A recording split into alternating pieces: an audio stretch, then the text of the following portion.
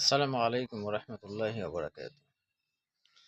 আপনি কি মনে করেছেন যে আপনি মুসলিম ঘরে জন্মগ্রহণ করেছেন তার মানে আপনার জান্নাতে যাওয়ার জন্য যথেষ্ট? আপনি জান্নাতের টিকিট পেয়ে গেছেন এমনটা মনে হয়? আপনি কি জানেন ইসলাম বা মুসলিম শব্দের অর্থ কি? আল্লাহ কোরআন মাজিদে অসংখ্যবার বলেছেন ঈমান আনো, ঈমান আনো। এই ঈমান আনা বলতে আপনি কি বুঝেন? আপনি কি ঈমান এনেছেন? ঈমান আনা যায় কিভাবে তা কি আপনি জানেন? আল্লাহ সুবহানাহু ওয়া তাআলা বলেছেন অমাই ইয়াকফির বিত-তাগুত ওয়া ইউমিন বিল্লাহ। এখানে আল্লাহ সুবহানাহু ওয়া তাআলা ঈমানের দুইটা স্তর বর্ণনা করছেন। এক হচ্ছে প্রথমে বর্জন করো, যেমন লা ইলাহা, সমস্ত ইলাহাদের বাতিল, অর্থাৎ এখানে লা ইলাহা বলে যে ইলাহাদের বাতিল করছে সেটাই তাগুত। তাগুতকে বর্জন না করে আপনি আল্লাহকে বিশ্বাস করতে পারবেন না। আল্লাহকে বিশ্বাস করার প্রথম শর্ত হচ্ছে তাগুত বর্জন, তারপরে ইউমিন বিল্লাহ, আল্লাহতে বিশ্বাস।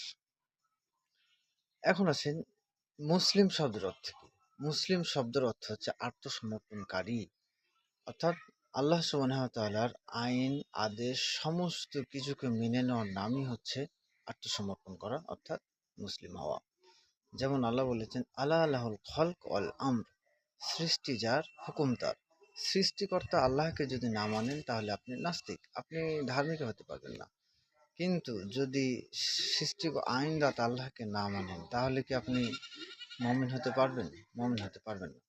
এখানে শর্তটা হচ্ছে কি, যে অমা ইয়াকফির বিত-তাগুত ওয়া ইউমিন বিল্লাহ, যদি আপনি তাগুতকে বর্জন করেন তারপরে আপনার আল্লাহর প্রতি বিশ্বাস স্থাপন করতে পারবেন, তার আগে নয়।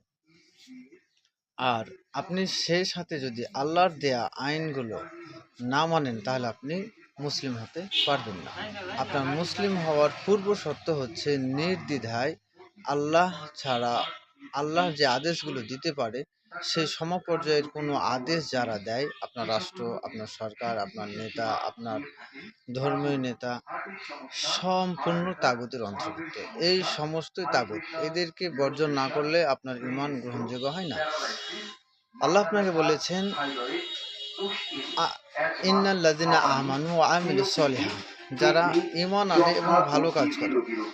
অর্ধেক কাজ হচ্ছে ঈমান আনা, আর অর্ধেক কাজ হচ্ছে ভালো কাজ, নামাজ, রোজা, হজ, যাকাত।